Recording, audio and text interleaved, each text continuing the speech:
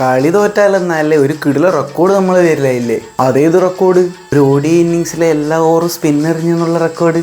അതിനത് നമ്മളെ പേരിലല്ലോ, അവരെ പേരിലല്ലേ ഉണ്ടാവുക. അതിനെന്നാൽ അവരെ പേരിൻ്റെ ഇപ്പുറം നമ്മളെ പേരും ഉണ്ടാവില്ലേ?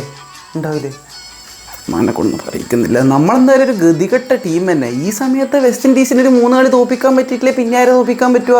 അവിടെ നീ നമ്മളെങ്ങനെ താത്തിക്കെട്ടാനൊന്നും ശ്രമിക്കണ്ട കേട്ടോ. ഒരു 3 കാര്യങ്ങൾ സെറ്റ് ചെയ്യാം, പിന്നെ നമ്മളെ ആർക്കും പിടിച്ചാൽ കിട്ടൂല. അതെയാ? ഏതെല്ലാം 3 കാര്യങ്ങൾ? ബാറ്റിങ് എനിക്ക് വലിയ പ്രതീക്ഷയില്ല, എന്നാലും ഉഷാറാക്കാം.